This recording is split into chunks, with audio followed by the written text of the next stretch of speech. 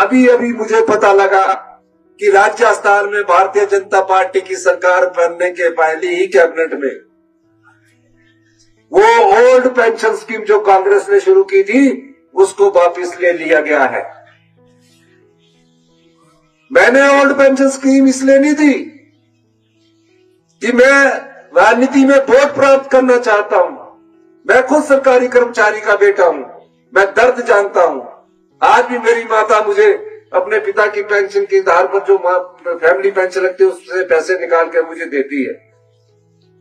एक उनके अंदर आत्मविश्वास है, मैंने इसलिए दी। उन 1,36,000 कर्मचारी और भविष्य में जो कर्मचारी लगेंगे ताकि उनका बुढ़ापा सुरक्षित हो सके।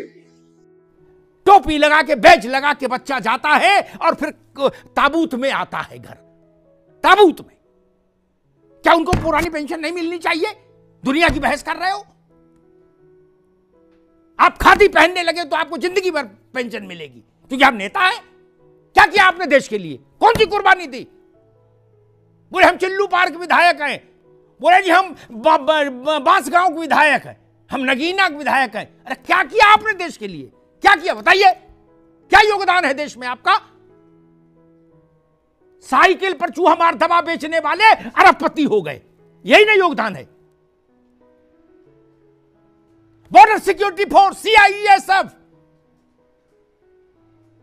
तिब्बत बटालियन, तमाम हमारे पैरामिलिट्री फोर्स, उनकी विधवाएं हमसे कहती हैं, उनके संगठन हमसे कहते हैं कि अमिताभ जी क्या हमारे बच्चे का बलिदान इस लायक भी नहीं? गुलगुले खा रहे हो और बातें कर रहे हो सब लोग और ज्ञान दे रहे हो देश को। यूनियन चला रहे हैं सब लोग। उसके साथ कौन सी यूनियन है? 20, 22, 23 साल 24 साल का लड़का मर जाता है, शहीद हो जाता है। कितने नेताओं के लड़के हैं सेना में बता दो? कितने नेताओं के लड़के गए सेना में? कितनी लाश शहीद होकर आए बता दीजिए।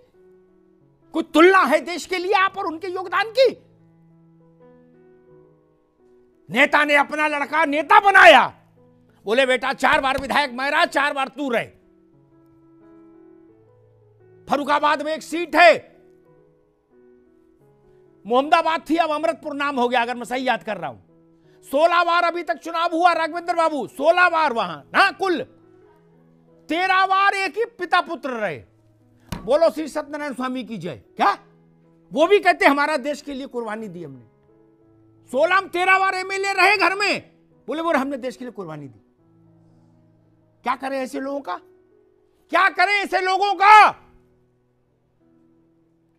ये देश के लिए कुर्बानी देते हैं। हमको मालूम है जन्नत की हकीकत क्या है। मुझे आज तक कोई नहीं बता पाया कि जो साइकिल पर चूहा मार दवा बेचते थे वो 10,000 करोड़ 5,000 करोड़ के आदमी कैसे हो गए? देशभक्ति करते करते, राष्ट्र सेवा करते करते, और उनकी पैरवी करोगे आप लोग? मैं नहीं मान सकता। बॉर्डर पर जो हमारा जवान है, हमारे कलेजे का टुकड़ा है, भारत माता की आंख का तारा है, वो जब लौट कर आता है 4 कंधों पर, उसकी बूढ़ी मां से जाके पूछिए, वो बताएगी ओपीएस और एनपीएस क्या है। यहां ज्ञान दे रहे हैं कि चीफ सेक्रेटरी ने ये कह दिया, फलाने सेक्रेटरी ने। क्या है चीफ सेक्रेटरी? अपनी अपनी राजनीति कर रहे हो। जहां बैठोगे वहीं गुलगुले खाओगे, मलाई चापोगे। अरे लद्दाख में, लेह में जाके एक बार देखो ना, समझ आ जाएगी। ये लड़ाई उनकी भी है, ये लड़ाई उनकी भी है। बिना छुट्टी, होली दिवाली 20-20 घंटे नौकरी करने वाले सिपाही उत्तर प्रदेश पुलिस के। बहुत कम लोगों में साहस होता है कि पुलिस के समर्थन में बोल पाए। मेरे अंदर है साहस।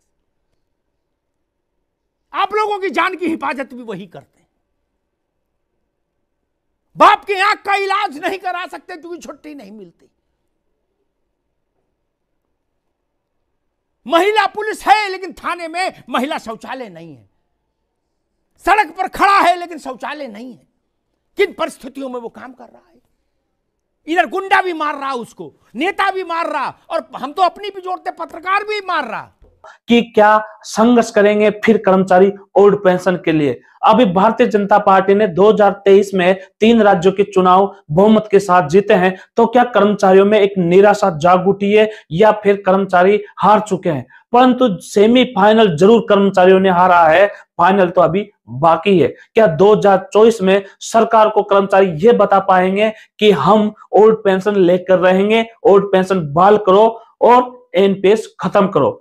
दोस्तों, मैं आपको बताना चाहता हूं कि केंद्र सरकार में भारतीय जनता पार्टी बहुमत के साथ 2 बार सरकार बना चुकी है, जो आप अच्छी तरह से देख चुके हो। और वो तीसरी बार हारना नहीं चाहती है भारतीय जनता पार्टी। भारतीय जनता पार्टी ये चाहती है कि तीसरी बार की सरकार भी हमारी ही बने केंद्र में। परंतु सरकार ये भी नहीं चाहती कि कर्मचारियों को नाराजगी की जाए, परंतु कर्मचारी भी निराश हो चुके थे।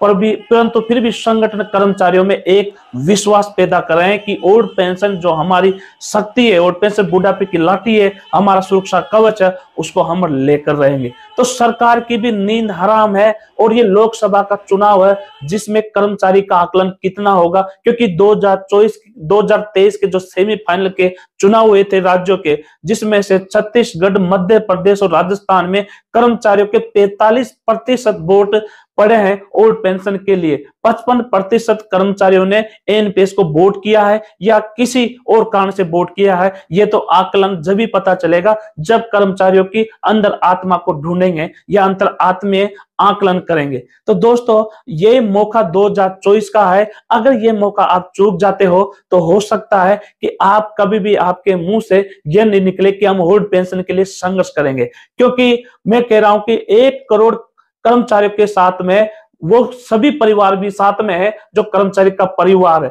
अगर कर्मचारी चाहे तो क्या नहीं कर सकता। अभी जो वर्तमान में जो स्टूडेंट पढ़ाई कर रहे हैं, जो सरकारी जॉब के लिए कर रहे हैं, तो उन स्टूडेंटों को समझाने में असमर्थ क्यों हुए कर्मचारी? तो दोस्तों, यही कहने का मतलब है कि ओल्ड पेंशन के लिए विजय कुमार बंधु जी ने वो कर दिखाया जो यहां तक पहुंच चुका है। और ये कहूं कि पूरे भारत में सबसे बड़ा मुद्दा है तो वो ओल्ड पेंशन का है। विजय कुमार बंधु ही नहीं, राज्यों के कर्मचारी नहीं, केंद्र के संगठन भी, जो कर्मचारियों के संगठन है, वो भी ये चाह रहे कि हम ओल्ड पेंशन लेकर आएंगे। अभी हाल फिलहाल में बता दूं कि रेलवे में हुए मतदान में लगभग 99% कर्मचारियों ने ओल्ड पेंशन के लिए वोट दिए हैं, एनपीएस के खिलाफ वोट दिए हैं। तो रेलवे के कर्मचारियों ने, रेलवे के संगठन ने 8, 9, 10, 11 जनवरी 2024 को भूख हड़ताल करने का निर्णय लिया। जैसे Jantar Mantar, DRM office, workshop या अन्य यूनिटों के मुख्यालयों पर भूख हड़ताल का निर्णय लिया है, वो केवल ओल्ड पेंशन के लिए। तो क्या आप कर्मचारी अगर मजदूर को समझाते हो, किसान को समझाते हो, स्टूडेंट को समझाते हो, तो आपके पक्ष में जरूर एक विश्वास उभरेगा। तो ये 2024 का निर्णय वाला चुनाव है कि आपको ओल्ड पेंशन मिलनी चाहिए या नहीं मिलनी चाहिए, क्योंकि 2024 कभी आने वाला नहीं है और ना कभी आप मांग करने वाले हो। अगर इस बार ओल्ड पेंशन चालू हो गई तो हो गई, परंतु सरकार की नीतियां ये कह रही है कि हम एनपीएस में संशोधन करेंगे, परंतु अभी एनपीएस में कोई संशोधन नहीं हुआ। अब मैं ये कहना चाहता हूं कि बहुत सारे भारतीय सरकार के राजनेता हो या किसी पार्टी के एक नेता हो, तो ये कह रहे हैं कि कर्मचारियों को अगर ओल्ड पेंशन दी जाती है तो भारत की अर्थव्यवस्था कमजोर हो जाएगी।